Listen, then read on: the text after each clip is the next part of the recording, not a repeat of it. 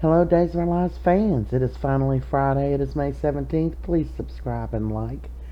So, Stephan's going to try again with DJ to get him to open Gabby's case. He says, I'm the DA and I'm not going to do it. And he said, you're just doing it because of your vengeance against Gabby.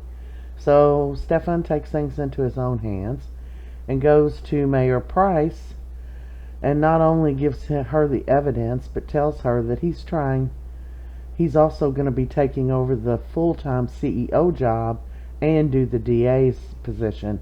And she said, oh no, that's against the rules. He can't do that. I got the impression it was okay for him to do it for like a short while because everything he was trying to rat EJ out about, she already knew. So she calls EJ and she says, you drop whatever you're doing and get down here right now. So he goes down and he tells her, I don't like being summoned. And she's telling him about all this stuff, and then she says, and you cannot work full-time at Demera and be the full-time DA here. And she said, you're going to do what I tell you to do. And he said, and if I don't, what? What are you going to do? Are you going to fire me? And she says, fire you? Oh, that ship has sailed. I already fired you. You're fired. Clean out your desk. Get out.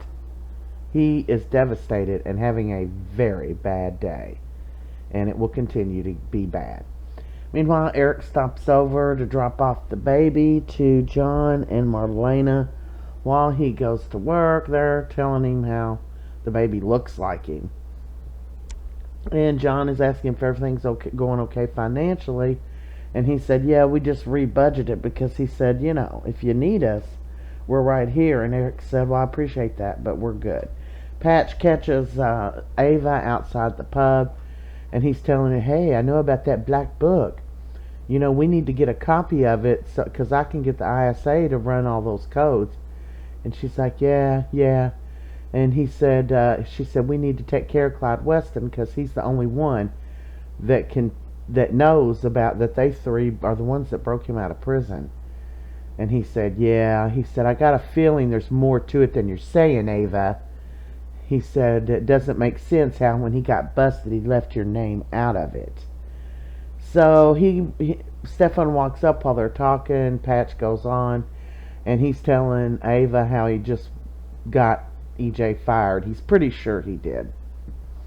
So Patch shares with John his info. He said Ava's still hiding something, but let's just try to concentrate on that book. So they're going to ask Rafe if they can have a copy of the book so they can get the codes and hopefully find out where Clyde is, what his deal is. Nicole's acting all in a good mood, trying to get Holly to go have tea or do some such nonsense. And she's very aggravated. She tells her, I'm trying to do this and this I've got due next week. She's like, next week you've got time. Holly finally stands up and yells at her and says, I'm never good enough for you, and how lucky my brothers were that didn't die because they didn't have to live with you.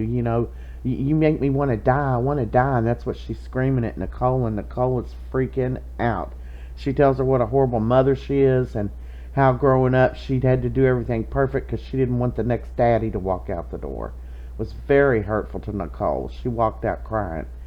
Meanwhile, Holly goes to Marlena. She's crying. She said, I said a bunch of things to my mother I didn't mean to say. And Marlena tried to point out to her, just try to see where your mother's coming from. She just doesn't want to lose you, that's all. She's afraid, you might overdose again or something, So she's comforting her, calling her down. Meanwhile, Eric is like looking at his watch and he's waiting. Where's Nicole? We got work to do. So he calls Nicole and she's drunk as a skunk in a little hole-in-the-wall bar there that they all go to. So he goes to pick her up, and he's like, I'm gonna take you home. So he has to carry her out, and it looks like he has a little trouble carrying her. EJ is furious, mumbling under his breath as he goes home, you're gonna pay for this. And then he hears a noise in the hallway, and it's a stumbling drunk Nicole and Eric. And then Nicole decides she tells him he's her hero, and she lays one on him. And who walks in and sees it? That's right, EJ Demera. And that's a wrap for Friday. It was great. It was explosive.